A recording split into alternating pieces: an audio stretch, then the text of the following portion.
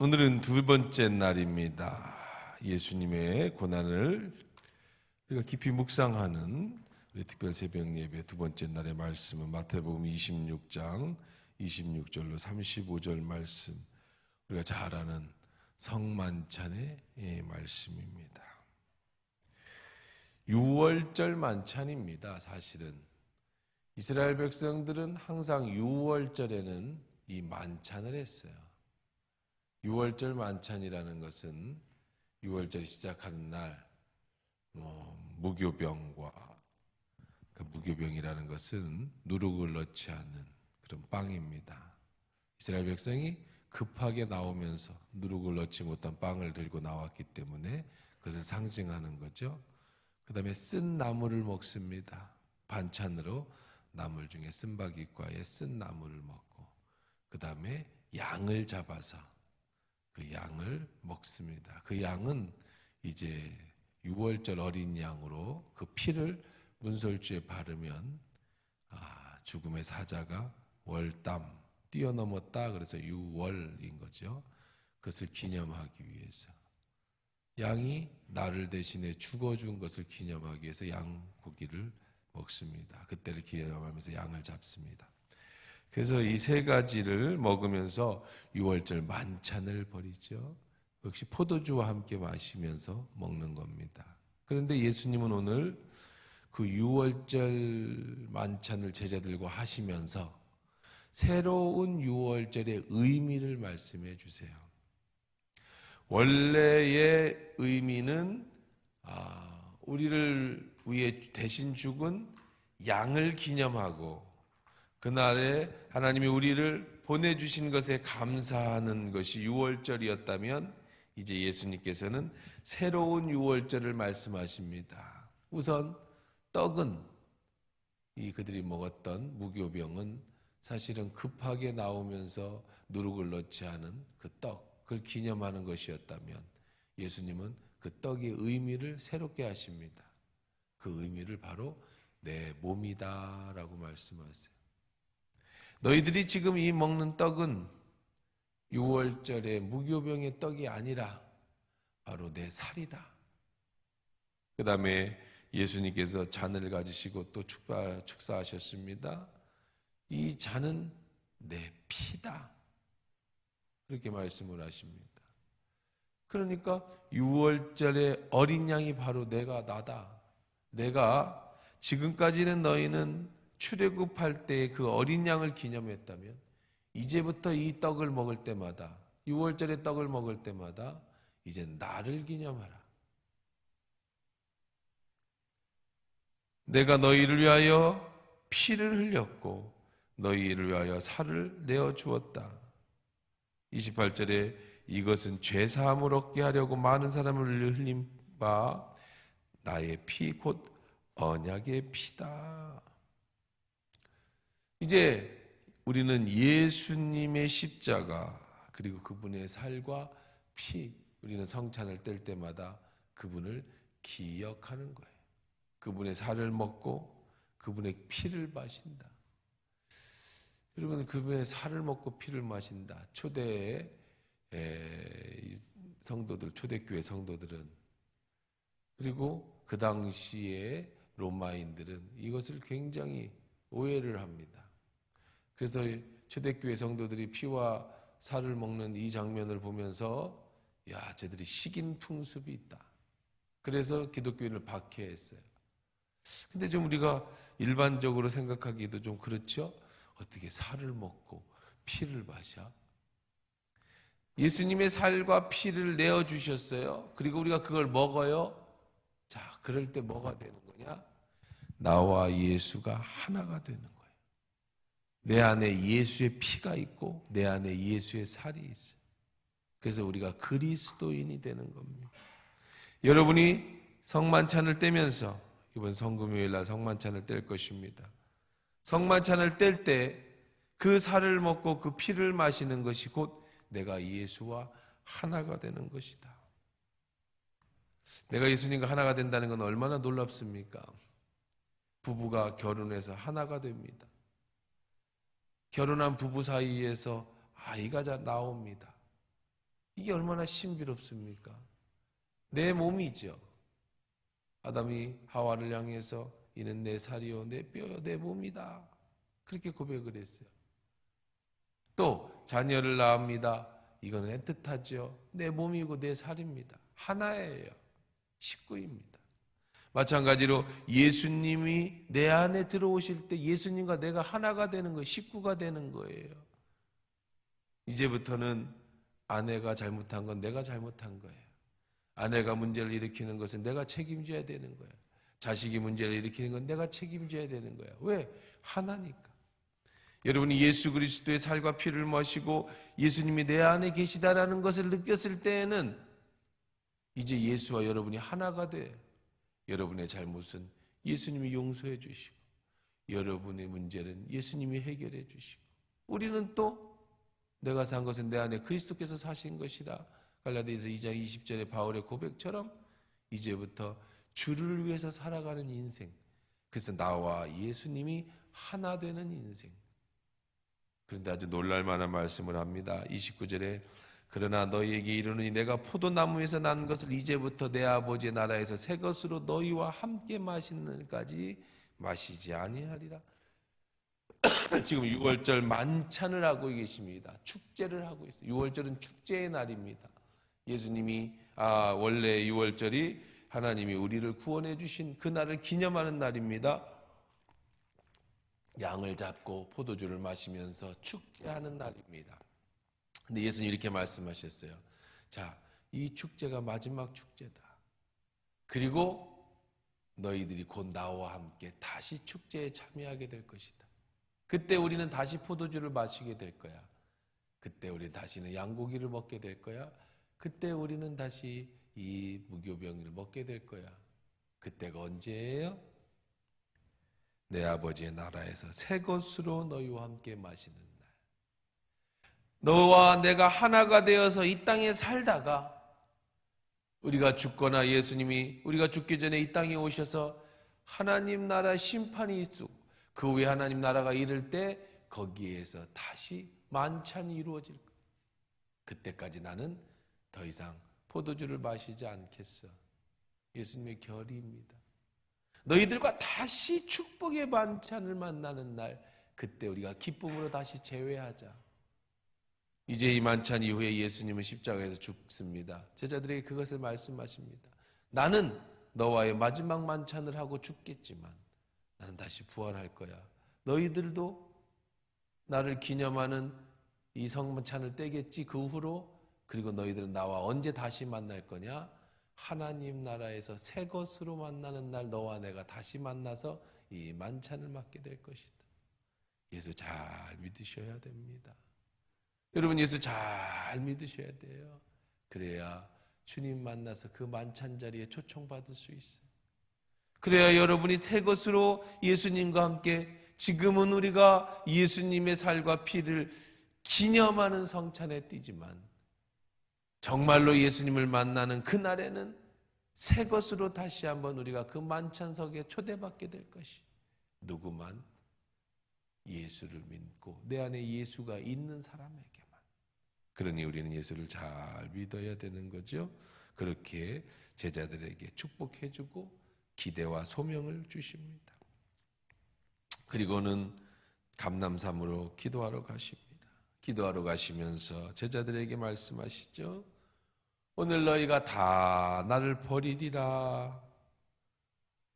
예언되어 있는 대로 내가 목자를 치리니 양의 떼가 흩어지리라 하였느니라.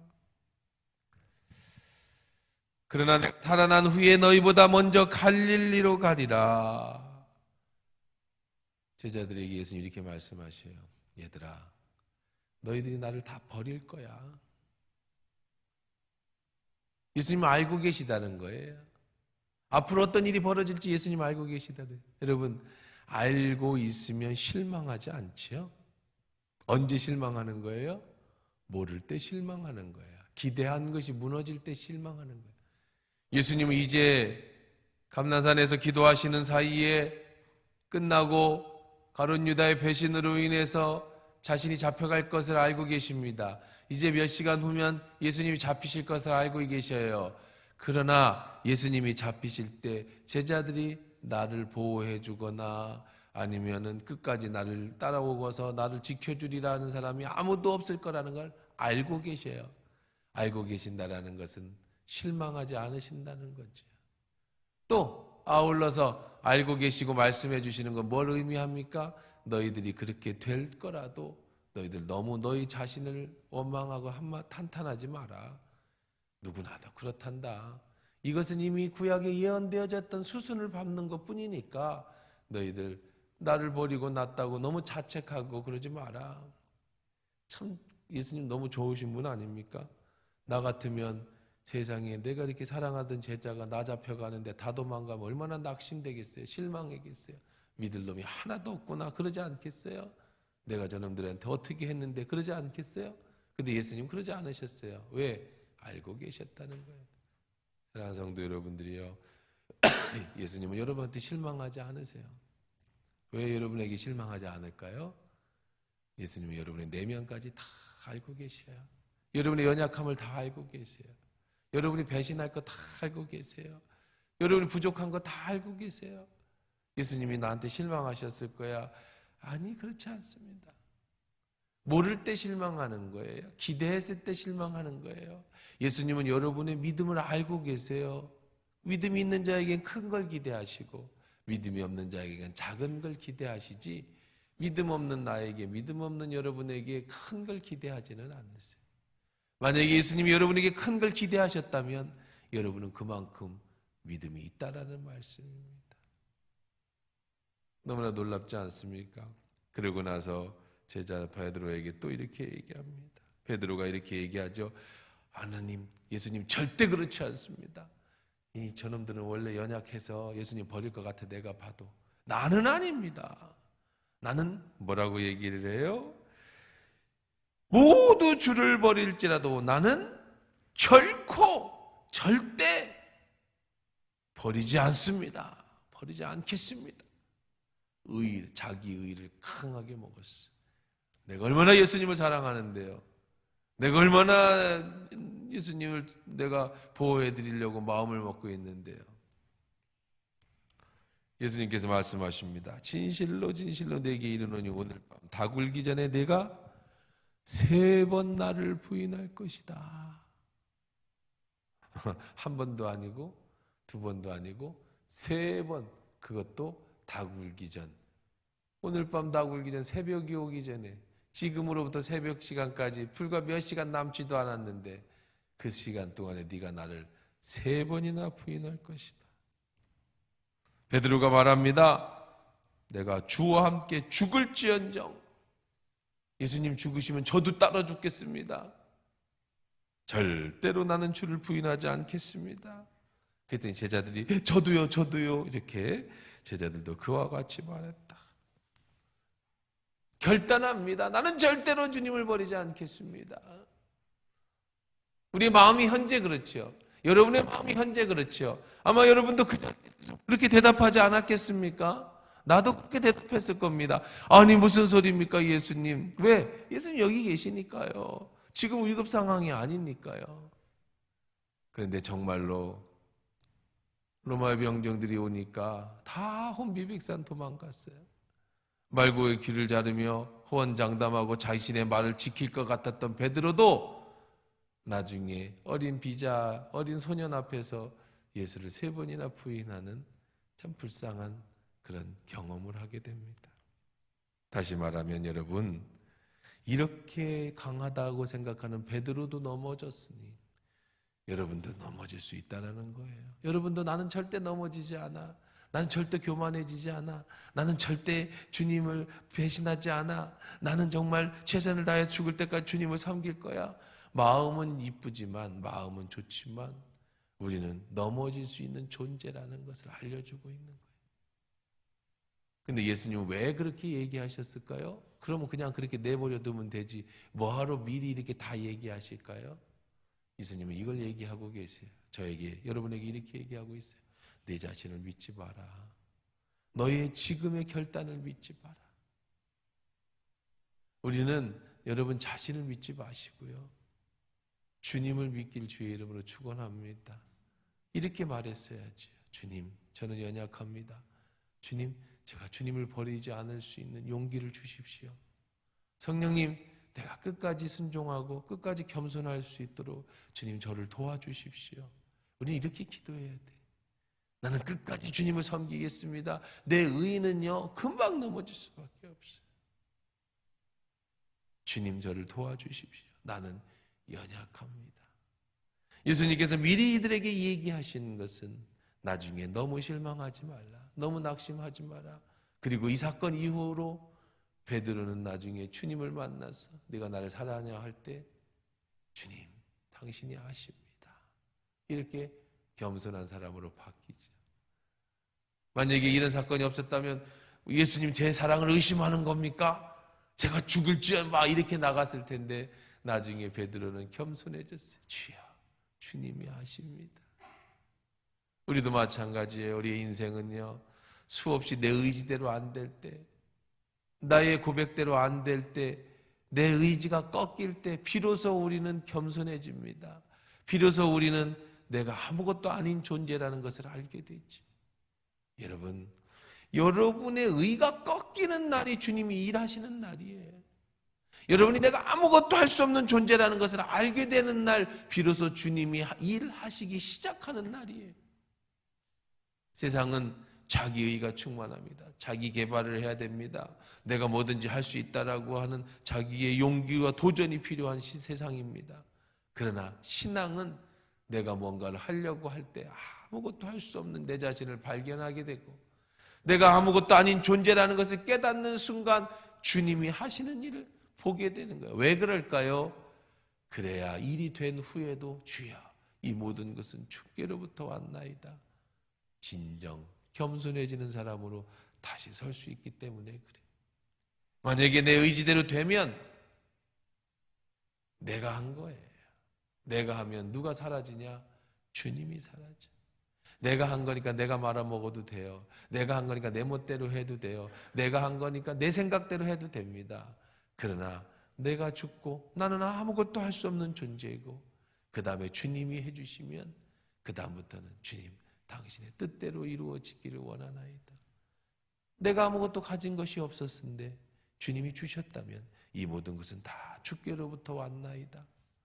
그러니 주가 쓰시겠다 하면 기꺼이 내어드릴 수 있는 사람이 될 수 있었던 것은 내가 죽고 예수가 산 사람, 내 의가 죽고 주님이 주시는 그 은혜로 산 사람, 그 사람만이 할 수 있는. 사랑하는 성도들, 오늘 말씀 정리해 보십시다. 예수님 우리의 실패도 다 아십니다. 예수님 우리의 연약함도 다 아십니다. 제자들의 이 부족함도 다 아십니다. 하지만 실망하지 않으십니다. 그들에게 다시 기회를 주시고 이렇게 말씀하시죠. 32절, 내가 살아난 후에 너희보다 먼저 갈릴리로 가리라. 낙심하고 실망하고 좌절해 있는 제자들보다 먼저 갈릴리에 가셔서 그들을 맞아주시고 그들을 위로해 주시고 그들에게 다시 한번 힘을 주시고 성령을 부어주시겠다. 예수님의 계획이 다 있으셔요.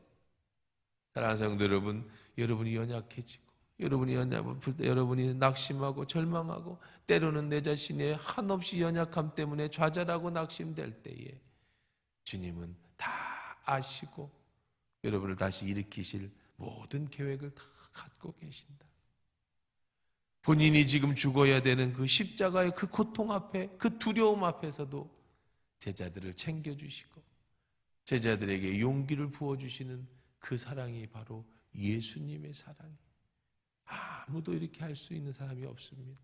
당장 내가 십자가에 갈기갈기 찢어 죽을 건데 나를 배신하는 제자들에게 실망하지 않을 사람이 어디 있겠습니까? 그것을 알면서도 끝까지 사랑할 수 있는 사람이 누가 있겠습니까?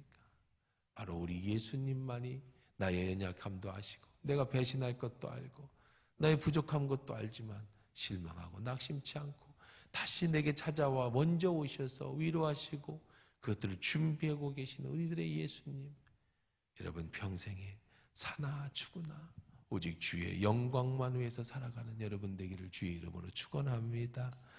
천국에서 다시 만날 때 그 만찬석상에 한 명도 낙오되는 사람 없이 우리가 기쁨으로 그 만찬을 뗄 수 있는 그날까지 주님과 하나 되는 축복의 은혜가 있기를 주의 이름으로 축원합니다.